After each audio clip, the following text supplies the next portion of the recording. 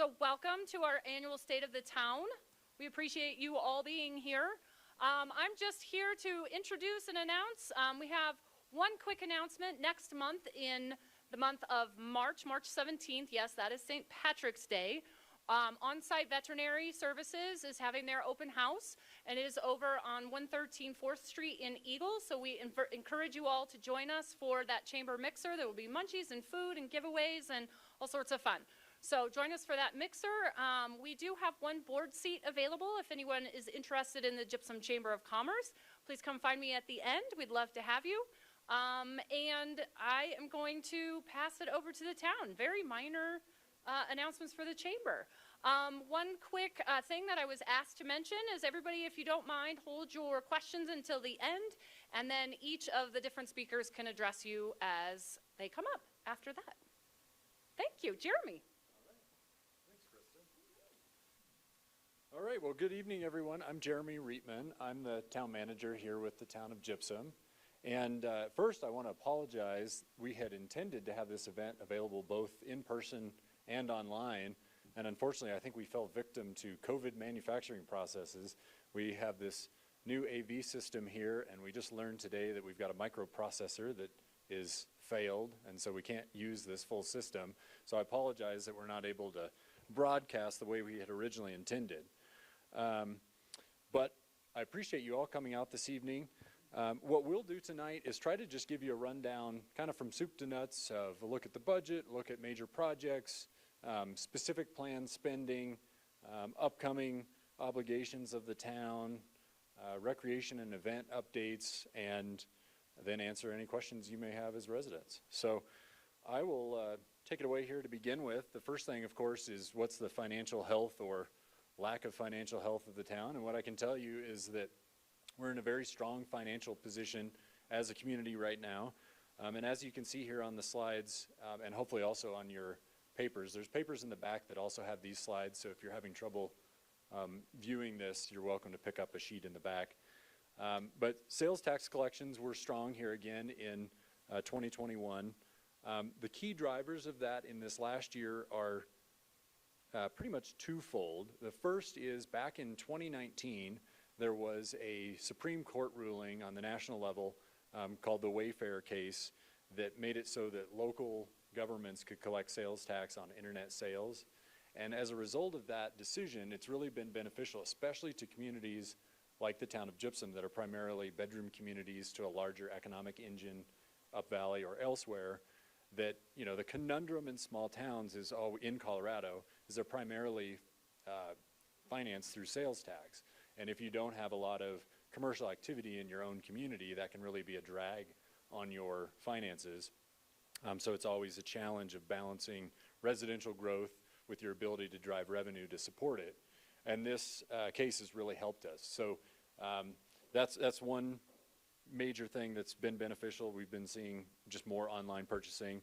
Secondarily, you may have seen this in the paper, I think maybe yesterday, but employments at the airport are up significantly, the highest they've been since 2008.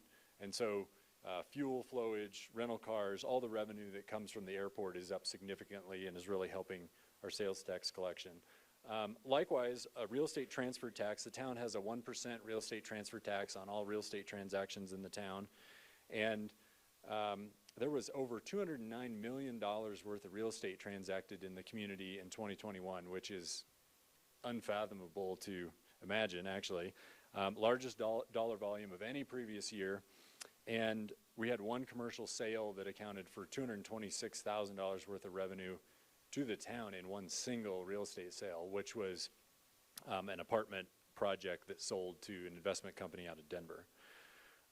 Building permits were also up. We saw construction out in Stratton Flats, Spring Creek Apartments, the villas at Cotton Ranch, Aspen Ridge, and Hawks Nest. And then property tax, again, this is more just interesting facts to know about how revenue occurs in Colorado between different units of government. But Gypsum's mill rate is 5.094 mills, and it's really not a major driver of revenue for the community. And so that mill rate has not changed in years. We marginally see differences in revenue based on assessed valuations, and those happen every couple of years. But that tax rate itself has not changed, to my knowledge, in at least 2 decades. So, you know, the primary recipients of property tax dollars in this county and all others in Colorado are things like the school district. They're the primary. The second would be special districts, and then the county government. So another area that I think is important for people to understand just about the town budget and how it functions is that there's 2 different types of funds that any local government in Colorado utilizes. The first is governmental funds, and the second is enterprise funds. And a governmental fund is basically your general fund. If you hear that term in the news, the general fund expenditures of the town, those are the sales tax collections, the building permits, all those things coming in to fund things like public safety, our contract with the Eagle County Sheriff's Office for law enforcement services, maintaining the streets and the highways, doing code enforcement, general staffing, those sorts of things. And then on the flip side, the other element is enterprise funds, which are basically independent businesses that function, and they must be deriving their revenue from the fees assessed to users. So those would be things like our sewer and water tap fees and our trash fund. So all those user fees that you pay support the financing of that business entity, and they're discrete funds that function independently of the general fund. And so the reason I bring that up is that, you know, I just said earlier, we've had a very good sales tax revenue year. Things are looking good on the general fund revenue side. And as Jim will speak about here later, we are up against both capacity planning needs and regulation from the state as far as wastewater treatment plant expansion and the costs associated with that. And so even in a good sales tax year, if you see that the community is doing well on that side, we can't use those funds for these independent businesses like the wastewater treatment plant. So Jim will get more into the details on that, but I think it's good to understand that distinction. If you see a need to raise rates for maybe your sewer and water fees in the future, those are independent and can't cross. So just a picture of our general fund condition. So we've got about $5.4 million in reserves for the town. That's a 31% reserve balance as against our planned expenditures here in 2022. Nice, healthy reserves to, you know, help the town make sure that we can weather through, you know, weird economic crises, things such as pandemics, or I don't know if you guys have heard about that, but I hear that was the thing that happened the last couple of years.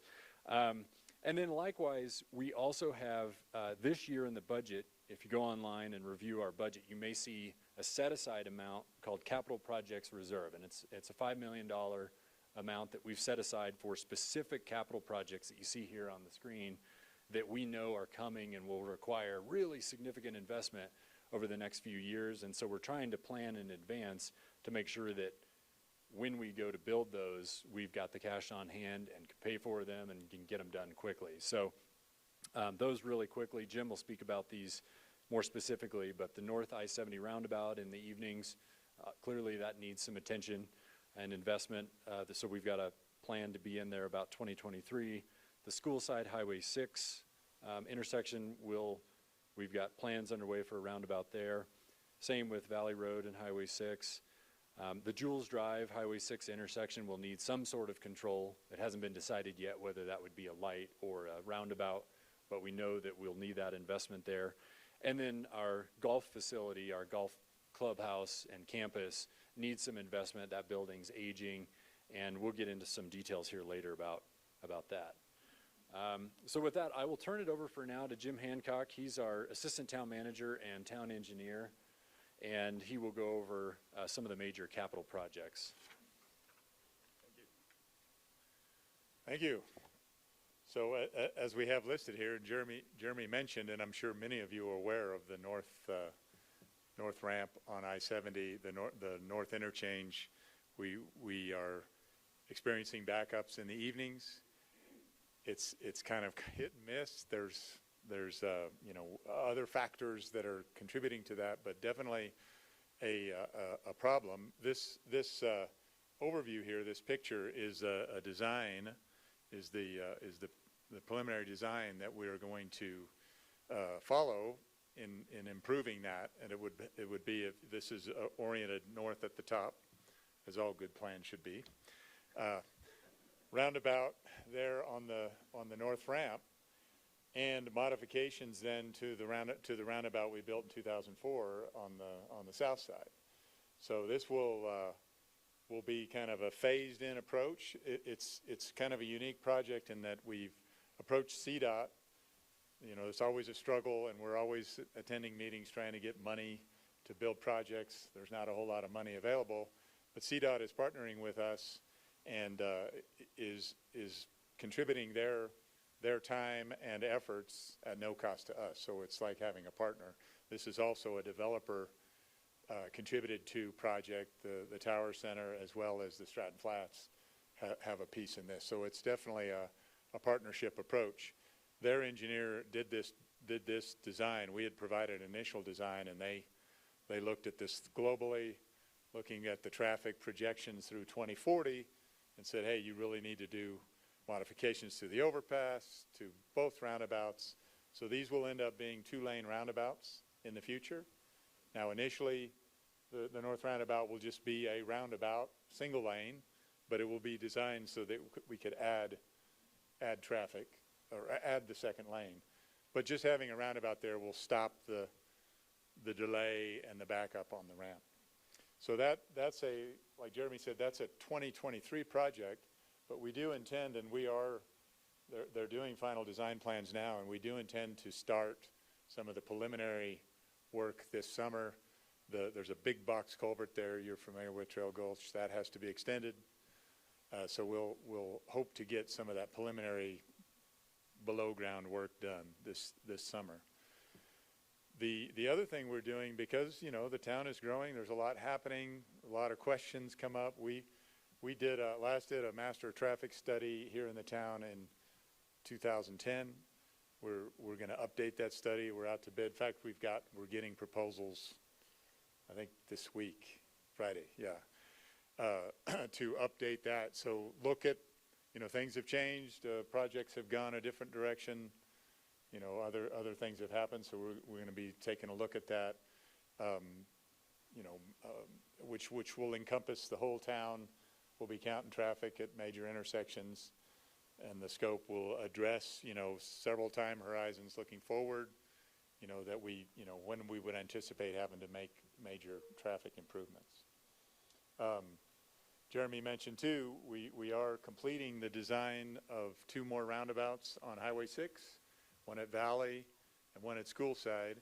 That would ultimately eliminate the signals that we have at Valley and Oak Ridge. These you know, we started this. This was a plan where I think we started in 2000. I can't remember. We did it a long time ago. We did the designs, but then, you know, the school did a remodel, changed their traffic patterns, changed their parking situation, and it really kind of gave us a reprieve on the traffic snarls we were having in the morning. They still haven't returned, but you know, we've decided we need to be ready, have those plans done and ready to go, and you know, that could be a 23 or 24 project.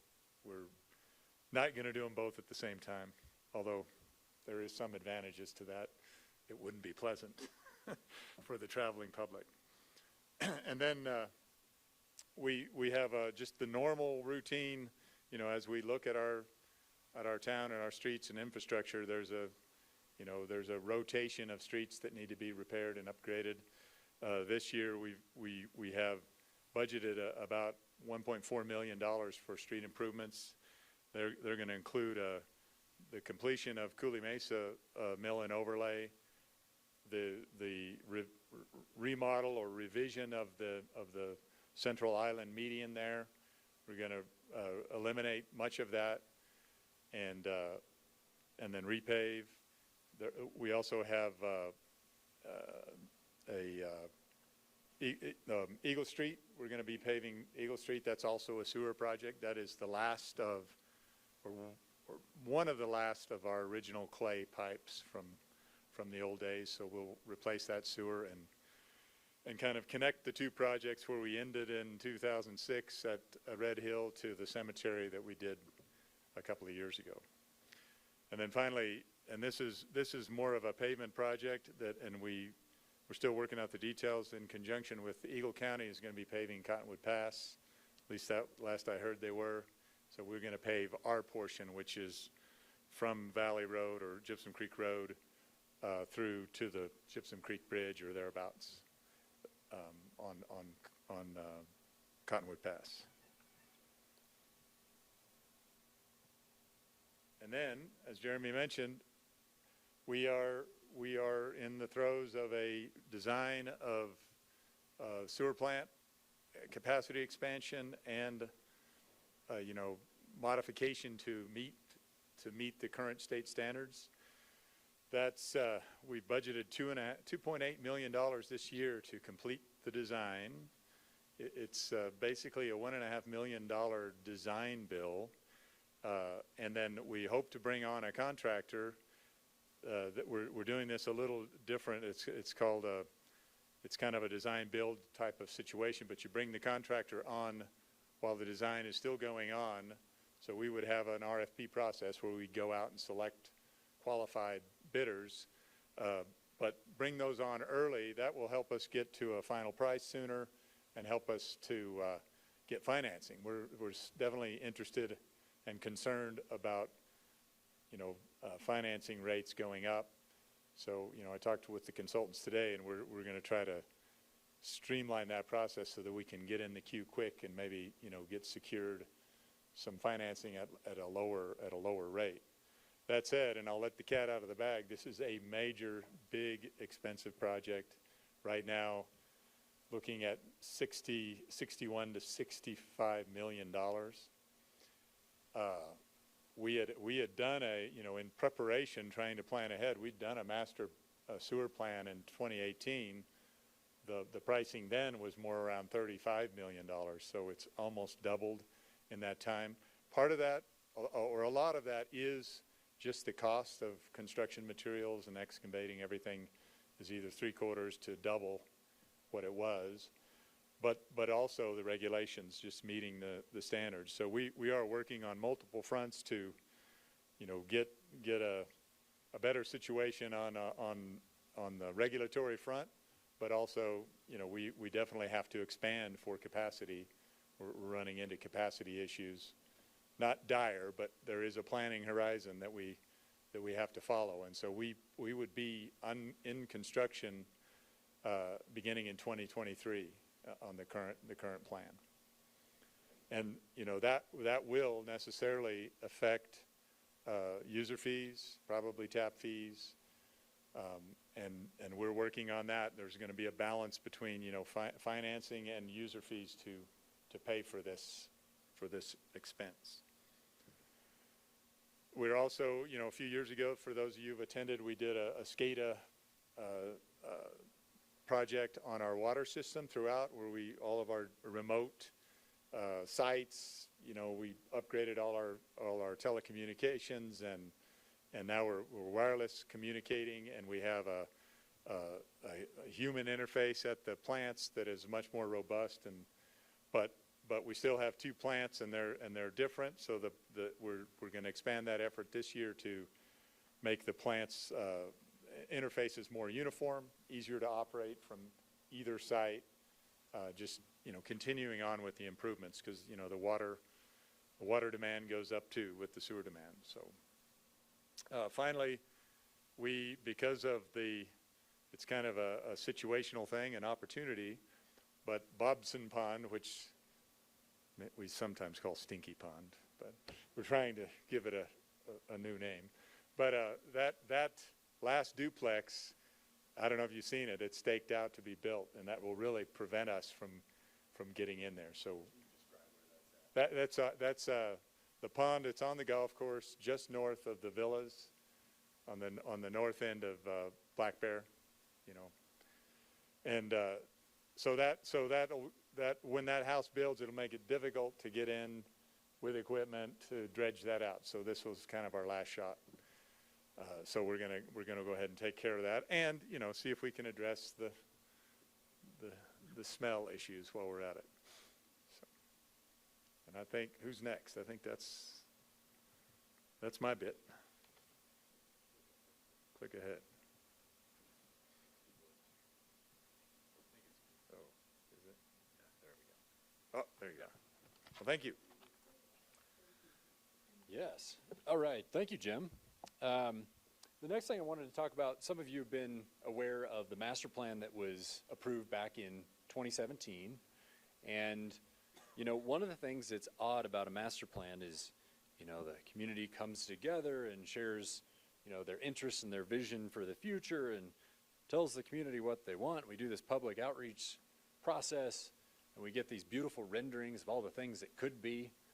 And then you're left with, oh, goodness, all this is owned by private property holders, and it's a effort to work with all those property owners to get them to share in the vision, to, get financing to align with their interests, to actually get any of the things that are envisioned in that plan built. So, one of the things I've heard from the public now and again, they'll come up to me and ask, hey, how come some of those things that I see in the master plan are not built yet?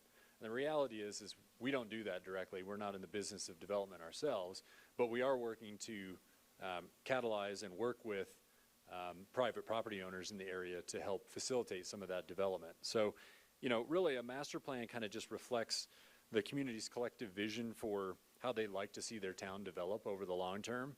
And what we primarily have influence over is zoning. And so we've established zoning for key areas of the community to help influence development patterns. And specifically, as you see on this slide here, these brighter areas, the market, the yard, the front door, Gypsum on the River, those are all areas that are within about a 10-minute walking distance that, through our consultant that we worked through a few years ago, look ripe for redevelopment and can all be tied together into a better, more approachable pedestrian pattern.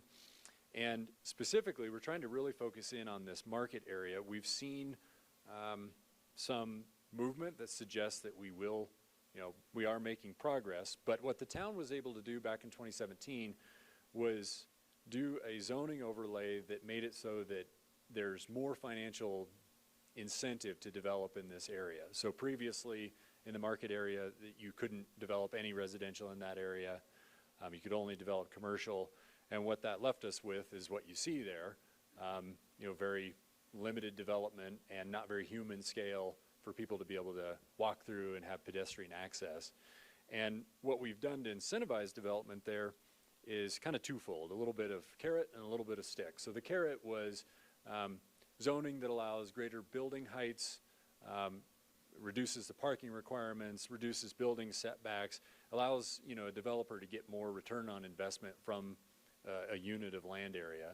And then secondarily, on the kind of stick side is, along with that, we want to see our community develop in a quality way. So we've added some design review requirements that go with people who are developing in those areas. So you need to meet certain standards of building look and feel and type so that we have a consistency of design in this downtown area that doesn't yet exist, but we hope soon will. So that is a little bit about the master plan. Now on to economic development matters and just supporting local business. As you guys are all aware, for the most part, Comcast has been working in the community for about 2 years now on a major fiber infrastructure build-out project. They're scheduled for completion in 2022, and so should be out of Gypsum here by, I'm actually kind of hoping mid-year, but for their sake, I'll say December. But that project is pretty amazing because it's the first brand new fiber project in the state of Colorado for a community that Comcast has done in over 25 years. And so brand new system going to, the majority of all addresses in Gypsum. The only exceptions you might hear of is there are some outlying areas that under the franchise agreement with the town, which is the agreement that regulates their ability to operate in our public rights-of-way, they have some language in there that if residence is a certain distance from the pedestal where the signal comes from, then the connection is free. And if they're beyond that distance, then there's a pro rata share that the resident would split with the company to make that investment. So if you're making a much longer extension, you may need to participate in the cost, but that wouldn't apply to probably 98% of residents in town. The other thing we're working on, and I wish this had gone faster as well, we were put a little behind by all of this global pandemic activity and economic uncertainty the last little bit, but we are seeking a buyer for and a redevelopment plan for the restaurant that was owned by Arturo up at the I-70 interstate. So that was 686 Trail Gulch Road, and we actually noticed there was an addressing confusion at that property. There was a holdover from years ago. So the address has been updated for emergency services purposes to 460 Trail Gulch Road, but we will be putting that property out to RFP for a redevelopment plan to hopefully get it sold, redeveloped, and have that functioning in a more productive way for the community. The other thing that I will mention that is relevant to this downtown master planning area is we've begun some discussions with both some private landowners as well as some of their consultants to explore public financing tools that exist under state law that might help stimulate some of that development. So there's some tools under state law, Urban Renewal Authority, downtown development districts, and business improvement districts. And what they do is they basically allow some risk sharing for, the extension of some investment in public infrastructure. If we wanted to ever consider adding some streetscaping, town square, a water feature, could be things like boulevarding Highway 6, any number of options.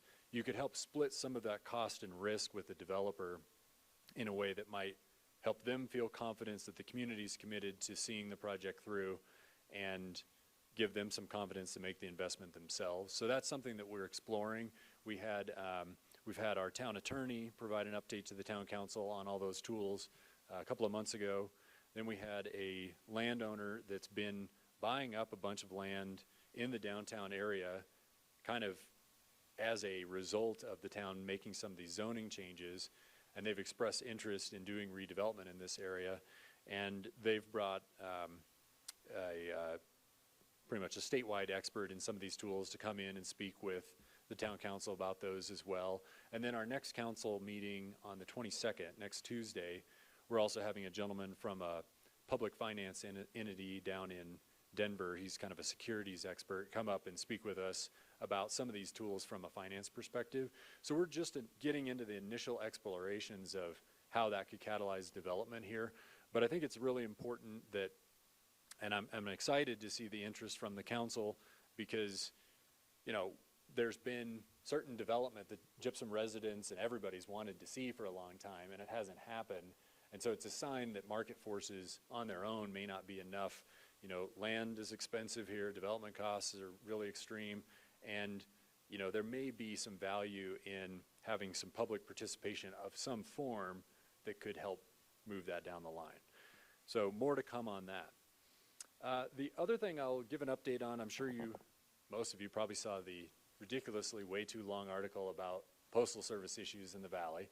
And while it is a really big issue, I thought that article was really long. But as many of you have probably experienced, wait times at the post office are long. The parking lots are not in good condition. The traffic pattern is suboptimal. There's a lot of things that need to improve with that service.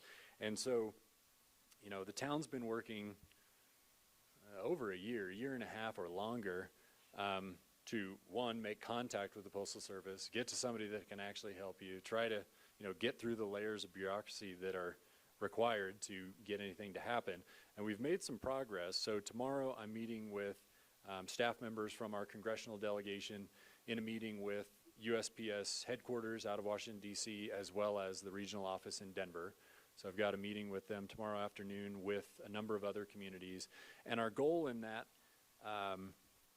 session, you know, we've got a limited opportunity to speak with them. It's not that long. It's only an hour conversation. But the goal will be to get acknowledgement from the Postal Service that there is a problem here locally that needs their attention. And then also to try to get lines of communication opened up so that we can get a commitment from them for sincere attempts to get it fixed. So I'm committed to making that happen. And, you know, my tactic has generally been they get a call from me every 6 weeks, no matter what, and they will until the end of time, until it gets fixed. So,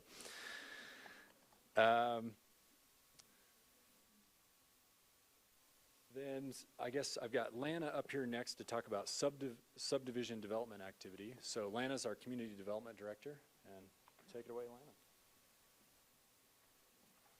Thanks, Jeremy. Good evening, everybody. So I'll go over some of the building activities and subdivisions that are kind of in the pipeline and give you guys some information on what's ahead. So this is the Buckhorn Valley subdivision. This was the preliminary plan that was approved by the town back in 2000. And it's just kind of a nice thing to do is to remind everybody that that particular subdivision is only 50% built out. There's still a lot left to build out in Buckhorn Valley. It's approximately 365 acres. The total units is 899 units that were approved out there. So they're somewhere in the neighborhood of 450 units. Most of it is going to be single-family homes left. So you'll see the colored areas identify the areas that have been approved or developed out. And then the areas in white are remaining areas to be developed. So there's a smattering of multifamily left, but the majority of it is still a single family left to build. And if you guys want to just make a note there on the tract A here just to the south, this little green piece of property, that's a piece of town property that we're going to build into a dog park, which Jeremy will go into a little bit further. This one is the sketch plan layout for the Tower Center, which we approved back in July of last year. It's approximately 74 acres. It's just east of the Spring Creek Apartments and south of Highway 6, so it's kind of down there below the airport control towers. They've designed it so that they'll have commercial uses along Highway 6, and then about 47 multifamily or townhomes, 80 townhomes, 47 single-family units, and then a 336 apartment project, which would be over toward the right there where it kind of gets a skinnier triangle, and 48 mixed-use units. So they'll have an area in that project where it'll have a little bit of commercial on the bottom with apartment units up on top. And then they're also proposing approximately 11 acres here furthest to the south that it is adjacent to the current airport, that will just become some various airport activity projects up there. So we anticipate that the developer will hopefully be coming in for further approvals, which will be preliminary plan and probably with their approval for their first phase in April or May of this year. So they are looking forward to moving infrastructure a little bit this year. Whoops. This one is the Sienna Lake project. This is the barren hillside there just south of Costco. We approved their preliminary plan and their first phase in August of last year. They're still finishing up various conditions of approval, getting some fees paid, infrastructure secured, items like that before they can actually start up again. But I am hopeful that they will be doing that this spring. It's about 156 acres in size. Closest to the intersection there with Cooley Mesa Road is the commercial area. So you'll see some commercial activities there, along with the possibility of 32 live-work type of units that's allowed in that commercial area. And their first building phase is 209 free market units. I'll refer to them as the cottage units. They'll call them as the village. That's basically everything sort of on the northern side, north of that main road. That, along with the clubhouse, will be their first phase. And then in future phases, they are approved for another 362 units that is encompassed in a 55 and older community, which they refer to as the Opry Club. So that those future phases will come at a later date. And then we have a lot of building activity going on in town. 2022 will not be as significant as Jeremy pointed out in 2021. We are starting to slow down there a bit, but we do have still a lot of light industrial buildings going up south of the airport. Home Outpost, which is kind of that upper right depiction there. They just finished up their approvals with the Design Review Board, so we're anticipating getting a building permit from them fairly soon. Most of you guys probably know they're currently located in the building there along with Domino's. This new building will go up in between Ace Hardware and the Whitewater Car Wash location. And then we also have Napa Auto, who is, from appearances, looks like they're in the town of Gypsum. They're operating out of the Colette's building there near the Jules Drive and Highway 6 intersection. They are actually located in Eagle County. They will be moving and building a new building at the intersection of Highway 6 and McGregor. So they'll be just west of the Santa Fe Furniture Building. They are currently going through the Design Review Board process with the town. And once they get through that, then we expect them to start building that location this spring as well.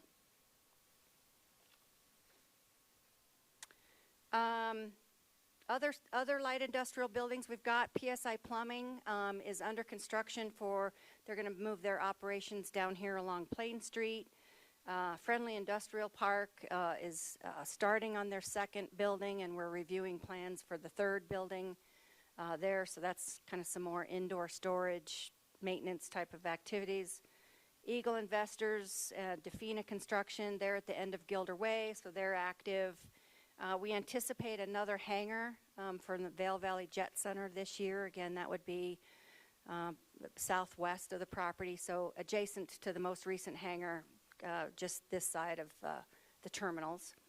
And then Vail Hang Air also are doing some more private hangars on the north side of the runways. Smaller in scope, but several of them over there as well. And then in terms of residential construction, we have Habitat for Humanity out in Stratton Flats. They're working on their next set of 8 duplex units. And then out in Buckhorn Valley, most of the activity we'll see there will be finishing up some more homes in duplex units in Hawks Nest, and then single-family homes in either Phase 5 or Phase 6. But a significantly reduced number of building permits for the town of Gypsum for this year overall. We're also working on, so a lot of the municipal codes, or the meat and potatoes of our municipal codes were written a long time ago, some in the mid-90s, early 2000s. And so we knew that there needed to be some overall upgrades to all of the titles in the municipal code, basically from cover to cover. Right now, we do a good job in keeping up with what needs to be addressed at this time and making changes in certain sections as we go, but our overall goal is to actually rewrite and reanalyze each one from end to end. So last year we finished titles 1, 3, 5, and 8. Title 1 is just basically general provisions that tells the town how we're going to make code adoptions. It has some election information in it. Title 3 is revenue and finance. So we looked at any changes we needed to the sales tax, real estate transfer, how developers or others reimburse the town for our costs. Title 5, that was business licenses and taxes. So again, what kind of franchise agreements do we put together with people like Comcast that Jeremy mentioned earlier, licensed liquor license authorities and their processes and procedures, and tobacco licensing. And then Title 8 is health and safety, and that basically addresses our trash services that we do, nuisances and how we deal with code complaints, the uses of cigarettes and tobacco. So, you know, children under certain ages are not allowed to smoke, smoking in public places, those types of things. This year, we plan on trying to look at Titles 10, 12, and 13. 10 being the vehicles and traffic, so we're going to look at updating our model traffic code for with the police officers. They're a big part in the team that's working at updating that particular code. Title 12 is streets, so that basically addresses how people are working in town right-of-way, road cut right-of-way permits for companies such as Comcast, and neighbors that maybe need to change their driveways, those types of things. Access, anybody needing new access onto public streets, numbering, property numbering, so we look at that as well. And then Title 13, which is public services, and both Jeremy and Jim have touched on this. This is largely our water and sewer structure, fees, and regulations in those fields. So we're going to be looking at that one as well this year. And then we're going to look at some pieces. Again, earlier I said we do a good job in trying to keep up with just pieces of the codes, but we would like to look at updating our sign code, which is a portion of Title 18, and we need to do some more alignment with that code and make it more in line with a Supreme Court decision that really kind of limits what we can allow and not allow in terms of language. We still have the authority to regulate sign heights, materials, how do you light them, colors, things like that. But we need to revamp our sign code to more align with that federal regulations. And then the lighting code, which is a portion of Title 17. We'd like to take a look at, you know, some other various dark sky ordinances, see if there's any room for improvement for the town to sort of adopt any regulations that we can do to kind of help protect our night skies here and make any adjustments for that. So with that, I think I'm going to pass the slides back over to Jeremy.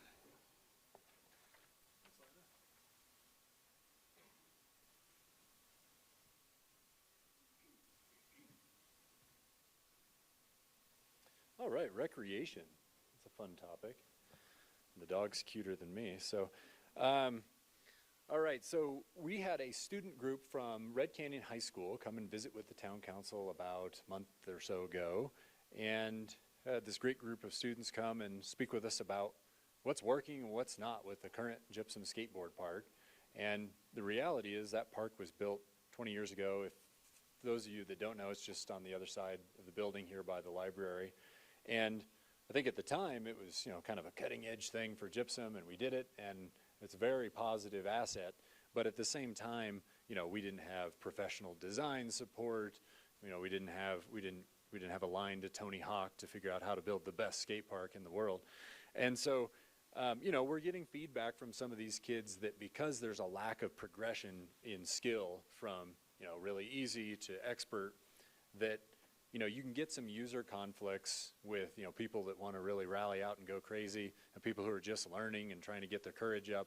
And so our goal is to, you know, they've come and pitched this idea that we should maybe look at revamping or reinvesting in that skateboard park. And fortunately, they came with both an ask and financial resources. So that's fantastic. So they evidently have a bead on a number of grant support resources that could pay for the vast majority of the improvements. You know, the town, of course, would need to make a contribution to demonstrate to those granting bodies that, you know, we're motivated and interested in participating with them. But the town council's authorized about $3,500 for us to strike a professional relationship with a company called Grindline. I think they're out of the southeast somewhere, skateboard experts, and so there will be some really cool guy that will come meet with me, I'm sure, and help us build a better skateboard park. So look for that in the future. I've got a meeting set up with him, I think next week, for our initial discussion. And the thing that's really cool about the way that they engage with communities, they've done this nationwide all over the place. And so they really know the format for how to build a good skateboard park that appeals to lots of different skill sets. And then they do a really good job of trying to create community engagement around that. So we're looking forward to some of their guidance to help us put together a community committee to inform that, hopefully heavily loaded with a lot of those students that are using that park. And we can come up with something that works a little better. You know, one of the things that we learned when the kids were educating us on that subject that I thought was pretty cool and pretty astute was that often these user conflicts are caused by, you know, the skill level differences. But if you have a well-designed skateboard park that has something for everyone, you get kind of this mentor-mentee relationship between the older skaters and the younger skaters. And I think that's something we'd like to see because, you know, if we're going to have it, we want to make sure it's right here in the middle of the community and creates a positive atmosphere for everybody and offers a little something to everyone at every skill level. So look for that in the future. The second item is the Buckhorn Dog Park. So as Lana mentioned on that slide that showed the Buckhorn development, there's 3.8 acres at the end of that Buckhorn Valley Boulevard road down there. And the developer had an obligation to create a children's playground there originally under the first development agreements. And we have really looked at that and thought, you know, I think we do need to have, you know, playground equipment and stuff available for kids, but we also just don't have a dog park yet, and that'd be a really nice amenity. And the thing about dog parks is if you know it's going to be there when you move into that neighborhood, then you've made that choice, and you're more likely to say, oh, I want to be by a dog park. I think we always looked around and said, you know, just saying, hey, would you like a dog park where you've already lived here for 10 or 15 or 20 or 30 years, you might not get the most welcome reception. So our goal there is to, you know, build this dog park in an area where there is not development immediately adjacent to it right now. And then as new residents or people move to that area, they're making the choice to be near that amenity and hopefully see the benefit of it. So we received, under the development agreements, about $250,000 from the developer for that playground investment. And again, they were going to build just playground equipment, and the council has approved an additional $52,000 towards that. And we've taken over management of that project, and we'll build a combination dog park, playground equipment for ages 2 to 5, and then there will be a gravel parking area to help enhance that BLM access out there. So site design's underway right now. We've already ordered the playground equipment. We ordered it basically the second week of January, and we're expecting delivery in this COVID climate in October. So as soon as we get it, we will put it in, and it will be open pronto. And then the last item relative to recreation is we've got this wonderful golf course out here that Blake will come and tell you all more about. They've had just a fabulous year out there. I'm excited to have him share that update. But one of the things that we've started observing is that building just really needs investment and maintenance just on its face for the facility that's there. But also, I think in looking at that, I think the council and staff has started analyzing whether just investment in that building makes sense or whether it should be something a little bit more extensive. Because, you know, the golf course is a great community asset. I think it, you know, serves a lot of different values. Obviously, the golfer values it because they can golf, but also residents that just live around that. It's a really nice amenity from the viewscape to property value enhancement. There's a lot of benefits of that course, but I think if I had a criticism for it, you know, golf courses do kind of limit who they serve. It's a fairly narrow segment of your population. And I think since the town is so deeply invested in that facility out there, yes, we've got pickleball courts and a tennis court and a few other things out there, we are starting to take a look at how we could reimagine that campus to serve a wider variety of community purposes and positive benefit for everybody across all age groups and interest levels. So that would be things like discussion of a community pavilion of some kind where you could hold events and weddings and parties and things like that, something that the town of Gypsum really has lacked. The other could be just amenities that serve a wider age range of people and just varying interests. So I think, we're in the process right now. We've had some preliminary discussion to generate some ideas. We're working with an architect on some site planning just initially to throw some ideas out there. And then I would expect at some point here you'll see a call for a public process to come have the community come and take a look and give us input on what else you'd like to see. And then, of course, there's only the money to think about, right? So the pesky detail of paying for it. But we are starting to plan for that because, as you saw, that's part of our set-aside is recognizing we've got investments to make out there and that we're planning for them now. So with that, I will pass it over to Blake, and he can give you all the good word on golf. Okay, got it. Hey, good evening. My name is Blake Scott, Director of Golf at Gypsum Creek Golf Course. And we had a just amazing year. COVID was definitely full force for the second year in the golf business. But it gave people the opportunity to get outside and be with their friends, and they definitely taken advantage of it. We did 23,000 rounds last year, which is when I walked in the door here 9 years ago, we did 13,000 rounds. So that just shows you how we've grown the golf business at Gypsum Creek. I'm really just proud of the town of Gypsum, what they've done out there. They've really stepped up all around the course. If you're a property owner out there or you enjoy golf, you'll realize if you've been playing it for a long time that they made an investment 5 years ago with an irrigation system that has just made our facility set aside from a lot of the facilities in Colorado. We now are seeing big tournaments. The CGA, Colorado Golf Association, we just had our third championship last year, and I got word today that we will have another big tournament this year from the CGA. So we became kind of a staple in Colorado for what a golf course looks like in our area too. So I'm very proud of what we've accomplished out there. I made a quick video that I'd like to show you.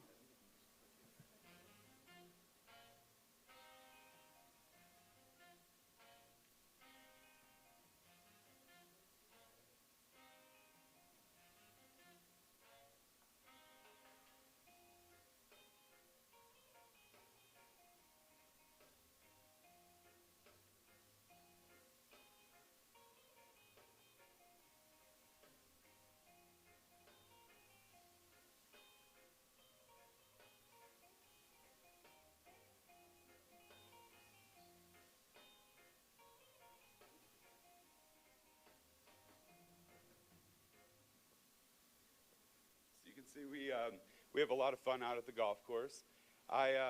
Just a couple of little things we have coming up. We have a lot of tournaments on our schedule that we invite anybody to play with. We have our big Frostbite tournament coming up. Will be our first tournament. Oh. I think we've got those on here. Yeah. So these are the list of some of the bigger tournaments that we will hold at the golf course this year. And, we just plan on condition-wise, keep doing a beautiful job out there. Our new irrigation system has actually been such a state-of-the-art thing for the golf industry that we were one of the first with this new system, and we're using 30% less water than we usually are. So that's, just a huge investment that I'm really happy that the town made to make us so beautiful out there and kind of set us aside from any of the other courses in town, because we are competing with, some of the nicer courses in Colorado and in the United States in our area. So thank you just so much for all your support. And if you need anything, I'm always out at the golf course. So thank you.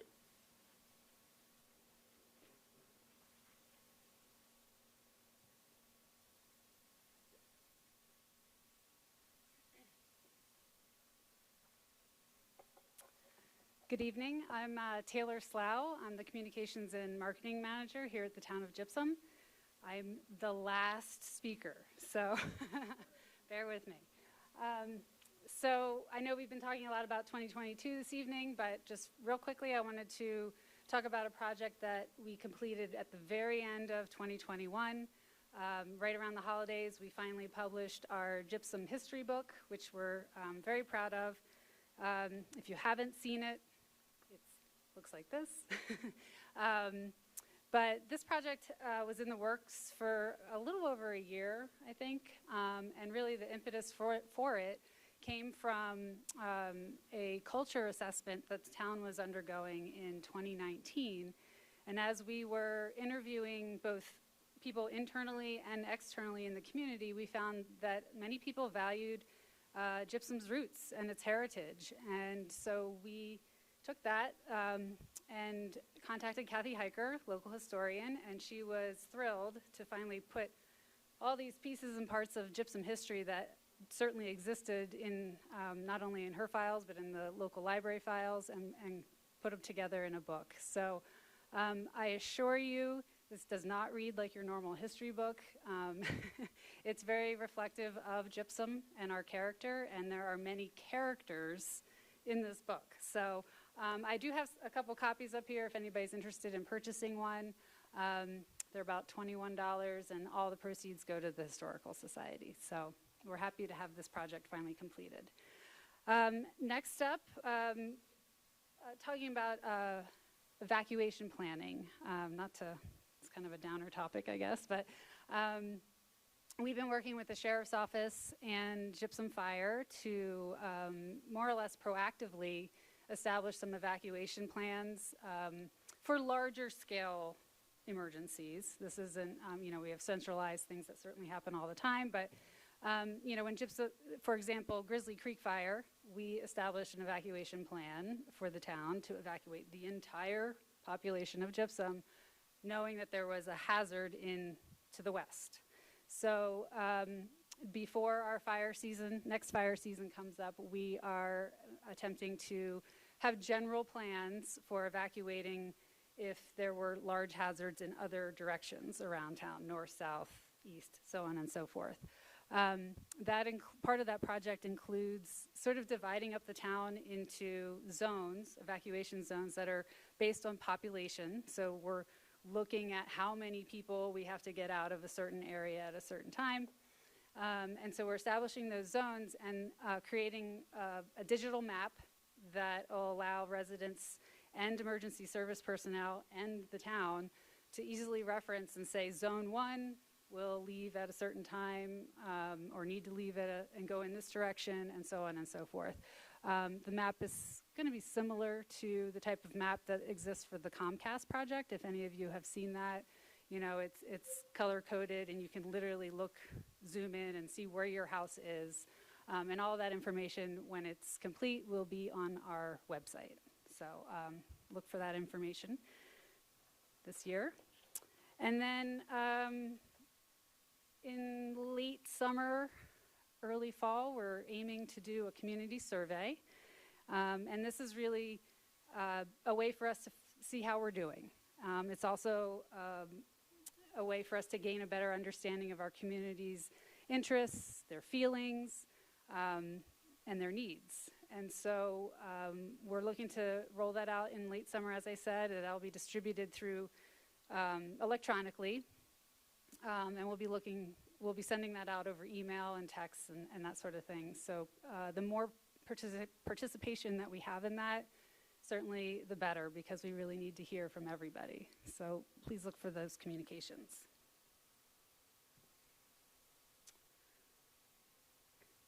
The fun stuff.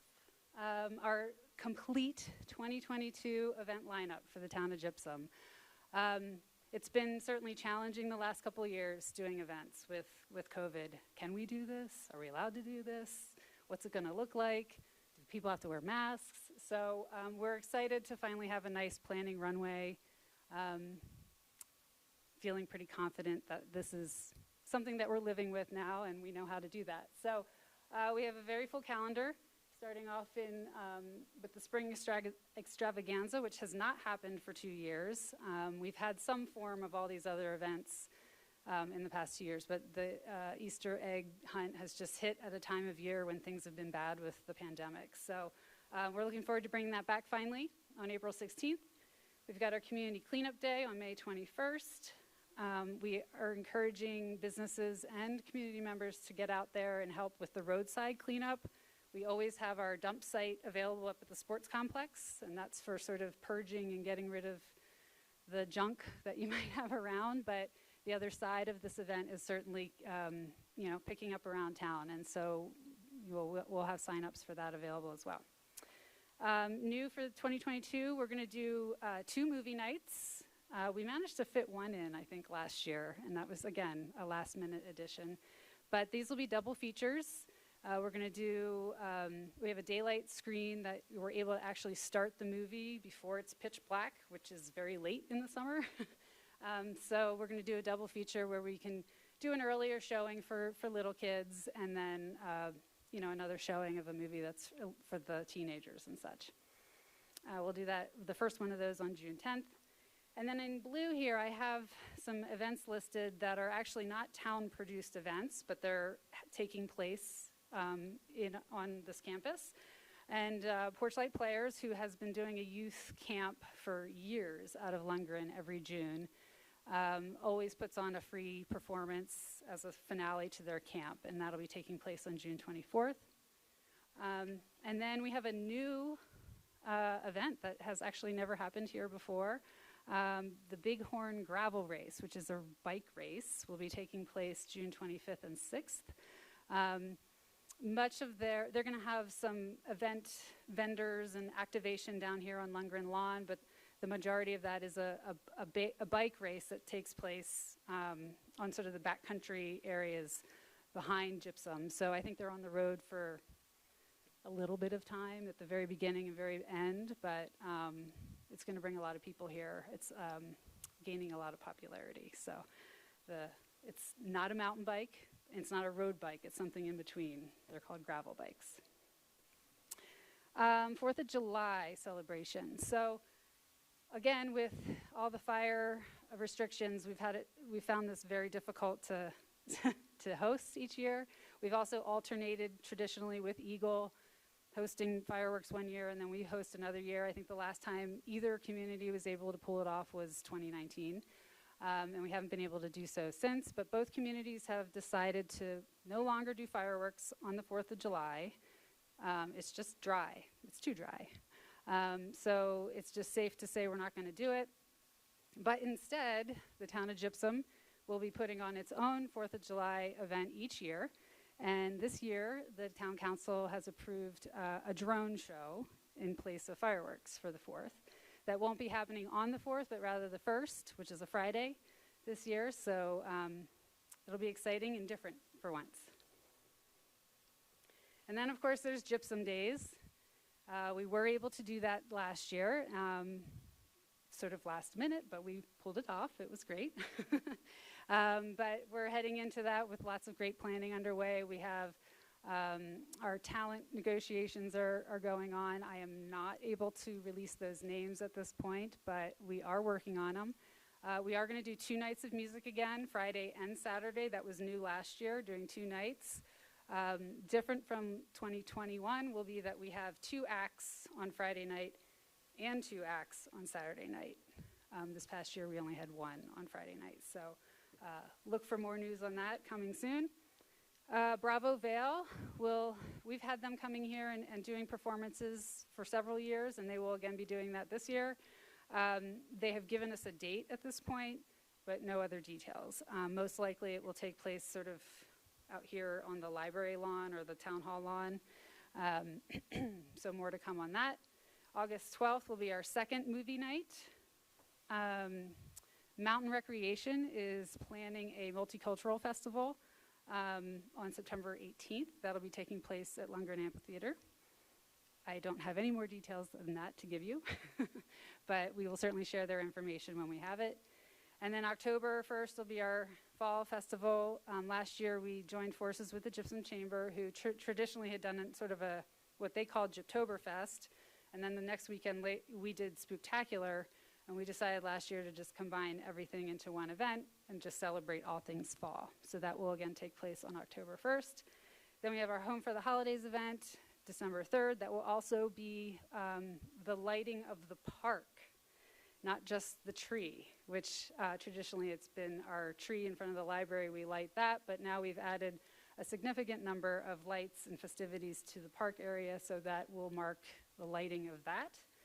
And then New Year's Eve, we will move our fireworks from the 4th to New Year's Eve. This past New Year's Eve was actually turned out to be quite festive with all of that snow, but it definitely took a toll on the attendance. People chose to stay home and watch from their home, which is always an option with that, but you know, certainly the intention is to have activities here on campus before and then through the fireworks. And we have a municipal election coming up. We have on April 5th will be the actual election date. It is a polling place election, which means you do physically need to come to town hall to vote. There are 3 council seats open and 1 mayoral seat. And we have, I think, 7 candidates total on that. Three of those are incumbents and 4 are returning candidates. So look for more information coming on that. We are doing a candidate meet and greet on March 15th. That will take place at the Firebox. So if you're looking to meet any of the candidates or have any questions for them, it's going to be a casual social engagement. It's not a formal question or answer session. So please come, enjoy, you know, some refreshments and get to know the candidates. Oh, 5:30 to 7:30.